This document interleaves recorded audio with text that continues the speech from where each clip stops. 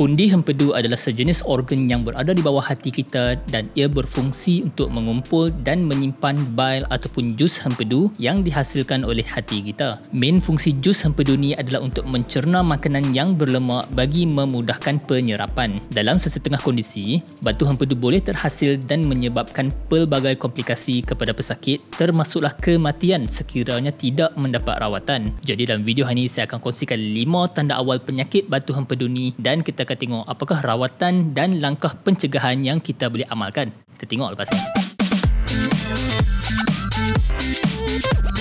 Assalamualaikum guys, what's cracking, back with another video. Penyakit batu karang hempedu ni semakin banyak dalam masyarakat kita. Walaupun begitu, majoriti pesakit yang mempunyai masalah batu hempedu ni tidak bergejala. Sekitar 1-2% pesakit akan develop gejala dan komplikasi dan golongan ni lah yang akan memerlukan rawatan. Apabila kita nak tahu bagaimana batu hempedu ni terhasil, kita perlu tengok komponen-komponen yang berada dalam jus hempedu tu sendiri. Jus hempedu kita ni terdiri daripada 3 komponen utama, iaitu kolesterol, bile salts ataupun garam hempedu dan juga bilirubin. Batu hempedu boleh terhasil apabila rasio komponen tersebut terganggu dan tidak seimbang disebabkan oleh obesiti, peningkatan hormon estrogen especially dalam kalangan wanita, sesetengah penyakit yang meningkatkan bilirubin dan beberapa jenis ubat-ubatan. Jadi gejala pertama batu hempedu ni adalah sakit perut, lebih spesifik di bahagian kanan atas abdomen. Rasa sakit ini dikenali sebagai biliary colic dan dia usually tajam, menyicuk dan boleh datang sekali dengan loya dan muntah. Dalam keadaan yang normal, pundi hempedu akan kontrak dan mengecut untuk mengeluarkan jus hempedu yang disimpan in response kepada makanan yang berlemak. Sebab tu selalunya kesakitan ini berkait rapat dengan diet yang mengandungi lemak yang tinggi. Dalam sesetengah kes,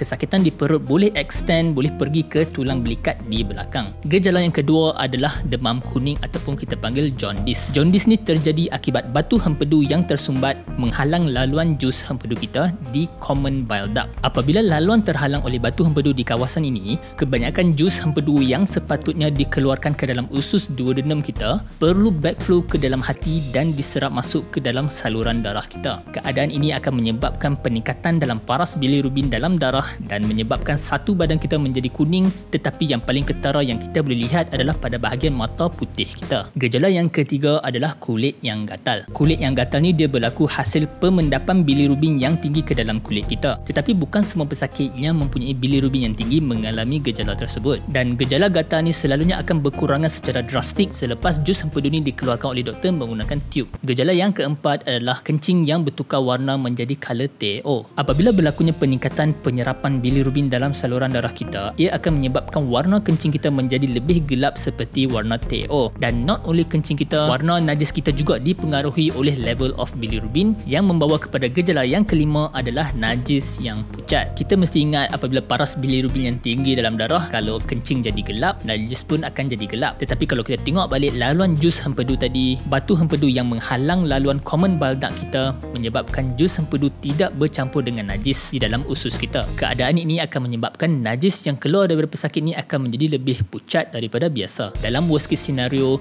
jangkitan kuman boleh berlaku pada saluran biliari kita, di mana gejala seperti sakit perut, demam menggigil dan juga jaundice atau demam kuning boleh berlaku. Keadaan sebegini kita panggil ascending cholangitis, di mana pesakit memerlukan rawatan antibiotik secepat yang mungkin dan perlu dipantau rapi di dalam hospital. Rawatan batu karang hempedu ni bergantung kepada saiz dan lokasi batu karang tersebut. Seperti kita tahu, kebanyakan pesakit yang mempunyai batu karang ni tidak bergejala, maka mereka ni tidak memerlukan rawatan. Tetapi bagi pesakit yang bergejala dan memerlukan rawatan, basically rawatan dia terbahagi kepada dua. Yang pertama adalah dengan menggunakan ubatan bagi mengawal kesakitan, keradangan dan juga ubat bagi melarutkan batu karang tersebut. Tetapi rawatan ubat-ubatan ni kadang-kadang memerlukan masa yang lama dan tidak praktikal. Cara yang kedua adalah melalui pembedahan, either mengeluarkan pundi hempedu terus ataupun menggunakan kamera untuk masuk ke dalam saluran biliari kita untuk mengeluarkan batu karang yang tersumbat ni. Sekiranya batu hempedu itu besar, terdapat juga rawatan laser untuk menghancurkan batu-batu ni supaya pengeluaran batu ni lebih mudah. Walau bagaimanapun, pencegahan itu lebih baik daripada merawat. Bagi mengurangkan risiko untuk kena batu hempedu ni, kurangkan kurangkan pengambilan makanan yang berlemak secara berlebihan, elakkan weight loss diet yang turun secara drastik, banyakkan pengambilan fiber dan serat, dan maintain berat badan yang ideal. Okey guys, sekiranya anda mengalami mana-mana gejala seperti yang saya sebutkan tadi, sila berjumpa dengan doktor untuk buat pemeriksaan lanjut. Dan kalau anda nak tahu apakah tanda-tanda awal yang anda mempunyai batu karang buah pinggang, anda boleh klik link dekat atas ni. That's the video guys. Saya harap masuk konten seperti ini. Kalau anda dapat apa-apa manfaat daripada video ni, jangan lupa like dan subscribe.